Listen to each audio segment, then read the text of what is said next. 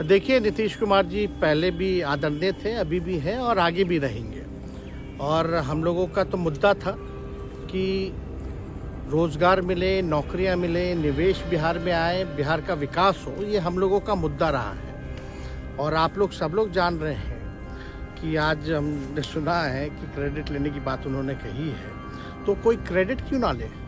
हमारे 79 विधायक हैं और उनके जो विधायक हैं वो 45 हैं, मंत्री हमारा है, विभाग हमारा है, तो हम क्रेडिट क्यों ना लें। और यही मुख्यमंत्री जी जो 2020 के चुनाव में कहते थे कहाँ से पैसा लाएगा, कहाँ से नौकरी देगा, तो हमने, आपको पता होगा कि हमारी जो सरकार बनी थी इनके नेतृत्व में, वो 9 अगस्त 2022 में बनी थी और 15 अगस्त को मुख्यमंत्री जी ने ऐलान किया था। ये किसका विजन था, ये किसकी सोच थी।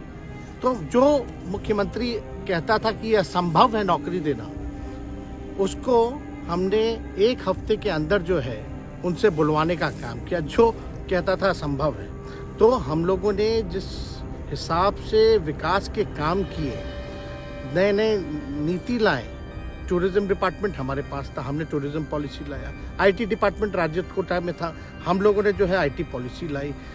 और भी कई जो पॉलिसीज़ हैं हम लोगों ने लाने का काम किया। स्पोर्ट्स पॉलिसीज़ हम लोगों ने लाने का काम किया। जो खेलेगा उसको भी नौकरी मिलेगा सरकारी, और जो पढ़ेगा उसको भी नौकरी मिलेगा। शिक्षा विभाग किसका था, राष्ट्रीय जनता दल के पास था। हमारे मंत्रियों ने लगातार जो है नौकरियां देने का काम किया। और ये 17 महीने में जो काम हुआ है, ऐतिहासिक काम हुआ है, जो आज तक पूरे देश में नहीं हुआ है। और ये भाजपा और नीतीश जी की तो सरकार 17 साल भी रहे, तो 17 साल बनाम 17 महीने जो काम हुआ, एक विभाग ने वर्ल्ड रिकॉर्ड बनाने का काम किया। एक विभाग ने एक दिन जो है 70 दिनों के अंदर जो है 2 लाख से भी ऊपर जो है हम लोगों ने नियुक्तियां पत्र वितरण करने का काम किया। ये ऐतिहासिक काम है, किसी भी राज्य में नहीं हुआ। और अब तक हम लोगों की सरकार ने लगभग जो है, जो गवर्नर ने भी जो स्पीच दिया अभी 26 जनवरी को, तो 3.5 लाख से ऊपर की बात कही उन्होंने, नौकरियां दिया। तो किसके राज्य में हुआ, किसका विजन था। तो कहीं ना कहीं से जो लोग कहते थे कि इनके लोग काम नहीं करते थे, हम लोगों ने तो इतना इनसे करवाया जिनका कोई विजन नहीं था, जो थक गए थे, थके हुए मुख्यमंत्री थे, उनको हम लोगों ने इतना काम करवाया। तो इतना काम तो हुआ ही है सारा। और आप लोग सब लोग जानते हैं कि जो भी बातें ये कह रहे हैं इनको खुद भी नहीं पता। हालांकि हम कोई व्यक्तिगत टिप्पणी नहीं करना चाहते हैं, और हम इतना अपने लोगों को आश्वस्त करते हैं कि ना हम में गुस्सा है, ना हम में नाराज़गी है। हम बड़े संयम रूप से हम लोगों ने गठबंधन धर्म का जो है पालन किया है, और उसी हिसाब से हम लोग आगे जनता के बीच अपनी बातों को रखेंगे। लेकिन एक बात स्पष्ट रूप से मैं कह देना चाहता हूँ कि अभी खेल शुरू हुई है, अभी खेल बाकी है। और मैं जो कहता हूँ वो करता हूँ। और आप लिख के ले लीजिए, जनता दल यूनाइटेड जो पार्टी है 2024 में ही खत्म हो जाएगी, ये निश्चित रूप से लिख लीजिए। और अभी तो खेल शुरू हुआ है, खेल बाकी है। अभी इन लोग जो भी करें, लेकिन मेरा स्पष्ट रूप से मानना है कि जनता हमारे साथ है और हमारा साथ देगी। और हम तो भाजपा के लोगों को भी धन्यवाद देते हैं, शुभकामनाएं देते हैं। चलो, जनता दल यूनाइटेड को अपने साथ लिया। उन्होंने कहा कि आपने मजबूर कर दिया उनको। किस चीज की मजबूरी थी ऐसी, क्या तर्क देंगे? उनके साथ के सहयोगी पूछ रहे हैं कि तर्क क्या देंगे? शिक्षा व्यवस्था में सुधार जो अब तक नहीं हो पाया था, क्वालिटी ऑफ एजुकेशन, चिकित्सा में अस्पतालों को बेहतर करना, रोजगार देना, आर्थिक न्याय देना, स्वयं सहायता समूह के मानदेय को दुगुना कराना, पॉलिसीज लाना।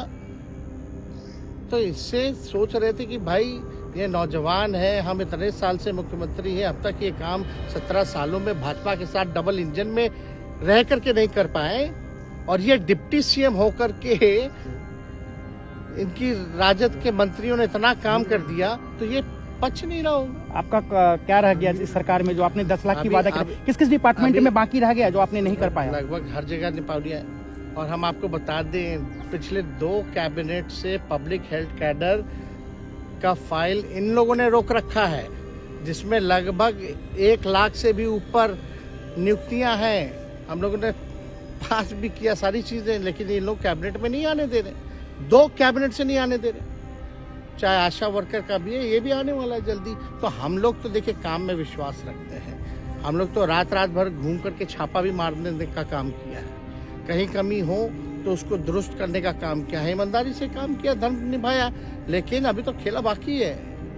आज भले ही लोग ओथ ले लें, लेकिन कितना दिन ये लोग रहेंगे, इनको कुछ नहीं। जनता के बीच में आप क्या कह कर जाएंगे, क्योंकि आपने बड़ा सही, आपने जैसा ने कहा कि संयम बरते, आपके तरफ से अभी तक कुछ नहीं कहा गया, सरकार गिर गई, तो अब आप क्या कहेंगे, क्योंकि लोग तो आपसे उम्मीद लगाए रखे थे। सरकार हम लोगों ने बड़े उम्मीदों के साथ बनाया था, और किस उद्देश्य के साथ बनाया था वो नीतीश कुमार जी ने आपको उस समय बताने का भी काम किया।